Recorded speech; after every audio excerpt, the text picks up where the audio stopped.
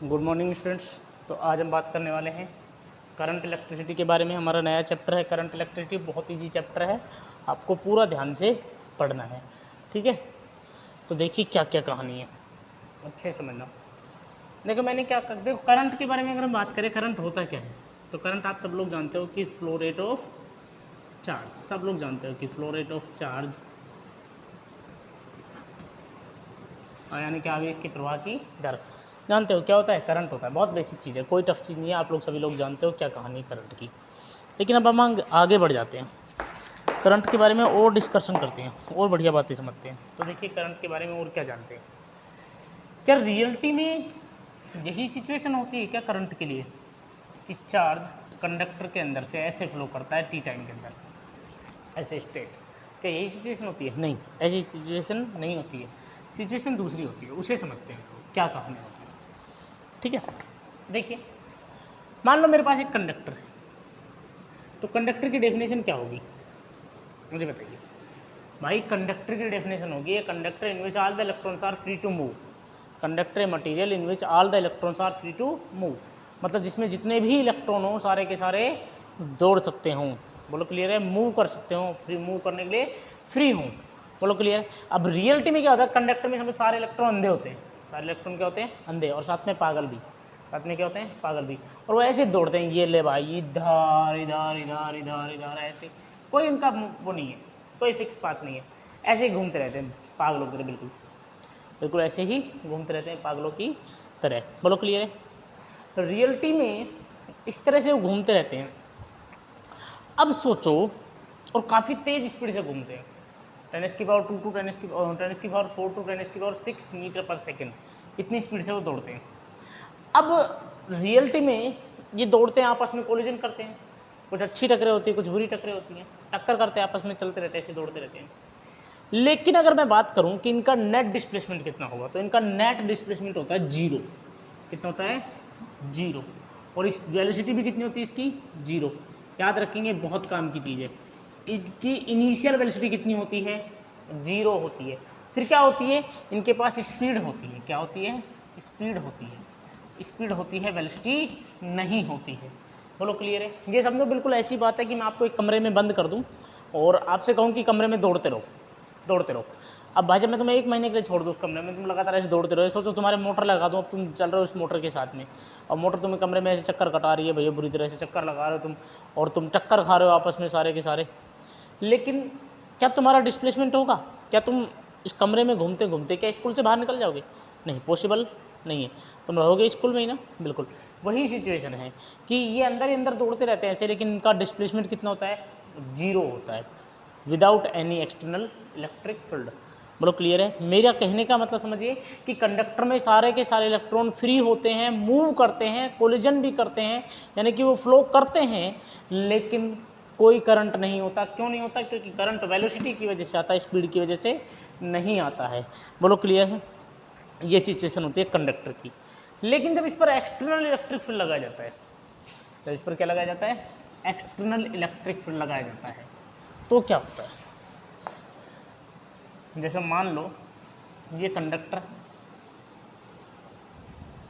और इस पर हमने ये लगा दिया एक्सटर्नल इलेक्ट्रिक फील्ड। जब एक्सटर्नल इलेक्ट्रिक फील्ड लगा दिया तो ये दौड़ा ऐसे, ये इलेक्ट्रॉन ऐसे दौड़ा। लेकिन इस सिचुएशन में इसमें एक बहुत छोटा सा डिस्प्लेसमेंट आ जाएगा एक्सटर्नल इलेक्ट्रिक फील्ड की वजह से। दौड़ा आप भी वैसे ही पागलों की तरह, लेकिन एक्सटर्नल इलेक्ट्रिक फील्ड की वजह से बहुत थोड़ा सा डिस्प्लेसमेंट आ जाएगा, बहुत छोटा सा डिस्प्लेसमेंट आ जाएगा। तो उससे वेलोसिटी भी आएगी तो बहुत ही छोटी होगी। वेलोसिटी होती है 10 की पावर -2 टू 10 की पावर -4 मीटर पर सेकेंड। इस वेलोसिटी के साथ इलेक्ट्रॉन मूव करता है और तब कहीं जाके करंट फ्लो करता है। बोलो क्लियर है। अब ये एक इलेक्ट्रॉन का पाथ है। अब यहाँ पे ये यहाँ से यहाँ तक ये जो कोलिजन किया है ना इसने, यहाँ से यहाँ तक का ये जो कोलिजन किया है, इसको कहते हैं हम फ्री पाथ। क्या कहते हैं? Free path. बोलो क्लियर है। इसे हम क्या कहते हैं? Free path. मतलब फ्री पाथ किसको कहेंगे? The distance covered by electron, the distance covered by electron between two continuous collision, between two continuous collision. दो लगातार टक्करों के बीच में जो भी उसने डिस्टेंस ट्रेवल की है उसे कहते हैं फ्री पाथ या मुक्त पथ। बोलो क्लियर है, यहाँ तक बात समझ। और यहाँ से यहाँ तक जाने में जो इसने टाइम लिया है उसे कहते हैं रिलैक्सेशन टाइम। क्या कहते हैं? Relaxation time. बोलो क्लियर है। इसको रिप्रेजेंट करते हैं हम यहाँ पे टो से, और इस फ्री पाथ को रिप्रेजेंट करते हैं हम लैम्बडा से। किससे रिप्रेजेंट करते हैं? लैम्बडा से। तो मैंने क्या कहा? Without external electric field electron दौड़ता है, कोलिजन करता है, लेकिन नेट डिस्प्लेसमेंट जीरो होता है, वेलोसिटी जीरो होती है, स्पीड उसके पास होती है। लेकिन जैसे ही एक्सटर्नल इलेक्ट्रिक फील्ड लगाते हैं तो उसमें बहुत छोटा सा डिस्प्लेसमेंट आ जाता है। बहुत छोटा सा क्या आ जाता है? डिस्प्लेसमेंट। उसकी वजह से बहुत छोटी, बहुत कम स्पीड आ जाती है, वेलोसिटी आ जाती है 10⁻⁻² टू 10⁻⁴। उसकी वजह से करंट फ्लो करता है। उसकी वजह से क्या फ्लो करता है?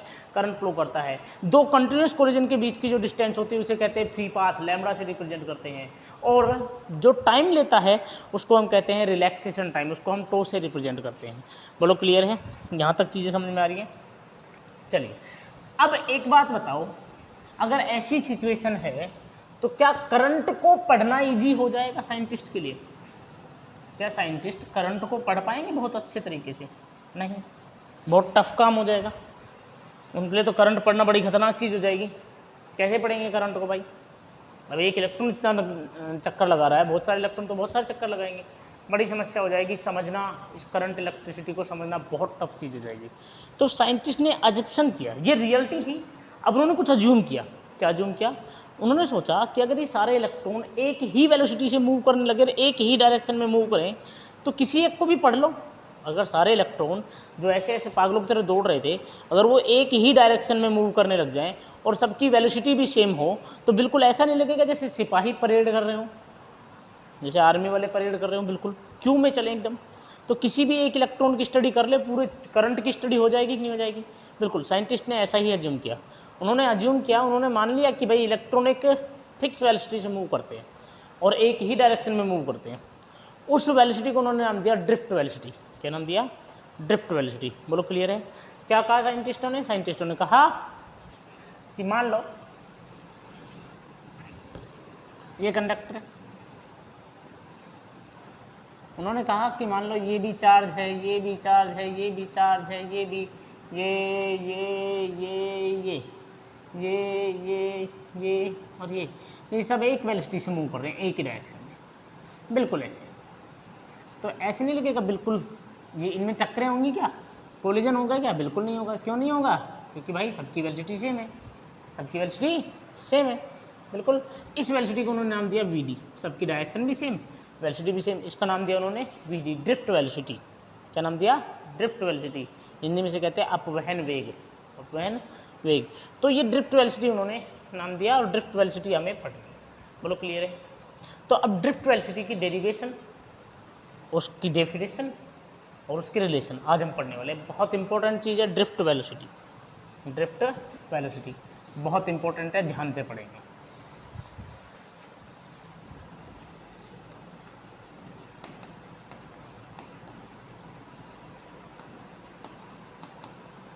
ड्रिफ्ट वेलोसिटी वीआईपी टॉपिक है, ध्यान रखेंगे। अपवहन वेग, ठीक है। देखिए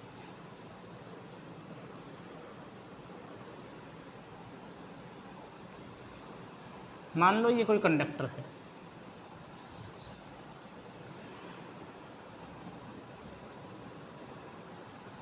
जिसकी लेंथ है L,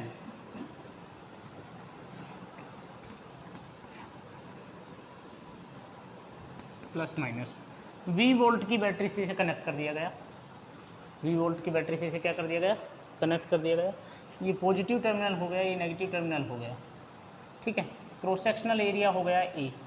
हमने लगा दिया एक्सटर्नल इलेक्ट्रिक फील्ड इस तरफ, ये एक्सटर्नल। अब क्या होगा? इलेक्ट्रॉन दौड़ा ऐसे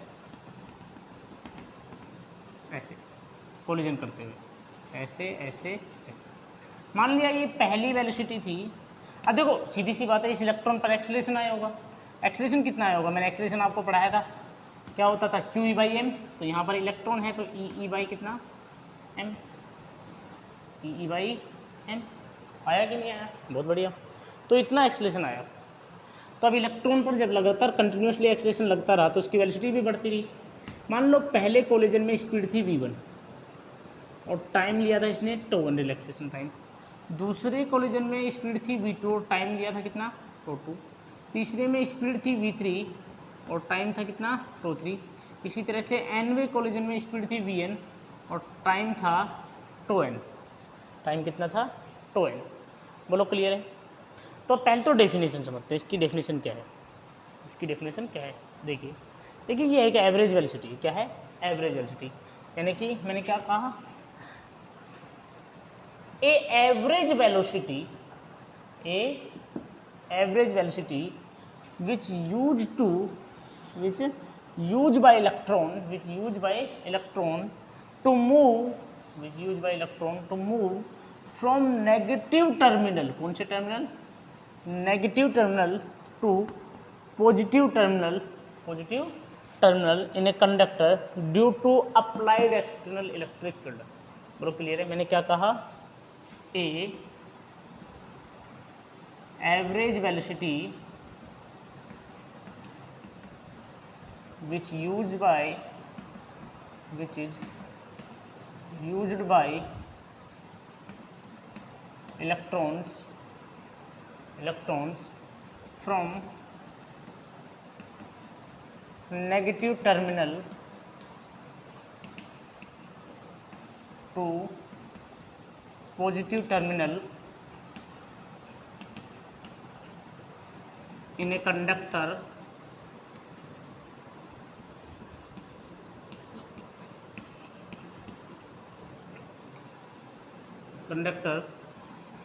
due to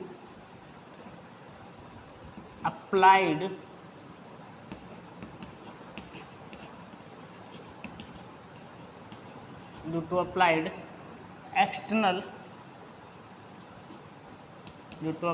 external electric field. बोलो क्लियर है? Due to applied external electric field. तो ये मेरा सिंपल सा बात,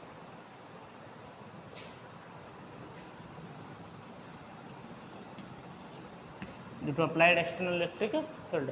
बोलो क्लियर है? तो ये मेरी सिंपल सी बात है। ड्रिफ्ट वेलोसिटी है, it's represent by V D. मैंने क्या कहा, मैंने कहा कि ये एक औसत वेग है, एक एवरेज वेलोसिटी है जो इलेक्ट्रॉन यूज करते हैं कंडक्टर के अंदर नेगेटिव टर्मिनल से पॉजिटिव टर्मिनल की ओर जाते हुए। किसकी वजह से? एक्सटर्नल इलेक्ट्रिक फील्ड की वजह से, बाह्य विद्युत क्षेत्र की वजह से। बोलो क्लियर है? तो यहाँ तक चीज़ें समझ में आ रही है। अब हमें बात करनी है कि इसकी वैल्यू कितनी होगी। तो अगर ये एवरेज है, तो होना चाहिए v1 plus v2 plus v3 plus dash dash dash vn upon कितना n। अब अगर मैं बात करूं कि इनको क्या लिखा जा सकता है, तो देखिए अकॉर्डिंग टू मोशन इक्वेशन पढ़ी है आपने। तो अकॉर्डिंग टू मोशन की इक्वेशन क्या होती है, v बराबर u प्लस ए टी होती कि नहीं होती। तो उसी से हम बात करें तो v1 बराबर क्या लिखा जाना चाहिए, u1 प्लस ए, और यहाँ पर टाइम टो के रूप में लग रहा है तो τ1 प्लस v2 बराबर कितना, v2 बराबर u2 प्लस ए τ2। इसी तरह से v3 बराबर में u3 प्लस ए τ3, और इसी तरह से vn बराबर में un प्लस ए τn। बोलो क्लियर है? सबकी वैल्यू पुट कर दें तो वी डी इक्वल टू क्या आएगा, u1 plus a τ1 plus u2 plus a τ2 plus u3 plus a τ3, और इसी तरह से dash un plus a τn upon कितना n। V D equal to क्या लिखा जाए, u1 plus u2 plus u3 plus dash कितना un अपॉन n, अलग अलग दिया, plus a common τ1 plus τ2 plus τ3 plus कितना भैया τn अपॉन कितना n, τn अपॉन कितना n। चलिए इधर ले लेते हैं। अब मुझे बताइए, मैंने शुरू में आपको बताया था कि भाई, शुरू में मैंने आपको कह दिया था कि भाई ऐसा है कि कंडक्टर के अंदर इनिशियल वेलोसिटी कितनी होती है, 0। तो जब इनिशियल वेलोसिटी जीरो होगी, यू क्या है इनिशियल वेलोसिटी, जब इनिशियल वेलोसिटी जीरो होती है तो एवरेज इनिशियल वेलोसिटी भी कितनी होगी, जीरो होगी। तो भैया वी डी इक्वल टू आया 0 प्लस ए, और जब किसी चीज़ का एवरेज निकालते हैं ना तो उस पर बार लगा देते हैं, क्या लगा देते हैं, बार। तो tau 1 plus tau 2 plus tau 3 plus dash tau N upon N को क्या लिख दिया, टो बार, क्या लिख दिया, टो बार। तो वी डी बराबर क्या आया, ए टो बार। ये मेरे पास ड्रिफ्ट वेलोसिटी का फॉर्मूला आ गया, ड्रिफ्ट वेलोसिटी का फॉर्मूला। वी डी बराबर कितना होता है, ए टो बार। अब कुछ बातें हैं, क्या है देखिए, relation between V D and E, ये क्या है, drift velocity and electric field. तो ड्रिफ्ट वेलोसिटी और इलेक्ट्रिक फील्ड में रिलेशन देखें तो देखो ए को क्या लिख सकते हैं, ई बाई एम। तो वी डी बराबर क्या लिखा गया, minus E by M into tau bar. अब आप कहोगे सर माइनस किस लिए, माइनस इसलिए कि एक्सटर्नल इलेक्ट्रिक फील्ड किधर है, इधर, जबकि एक्सेलरेशन किधर है, इधर, अपोजिट डायरेक्शन में। याद करो मैंने क्या पढ़ाया था, मैंने बताया था कि नेगेटिव चार्ज पर जो फोर्स लगेगा या एक्सेलरेशन लगेगा वो क्या लगेगा, against to electric field, against to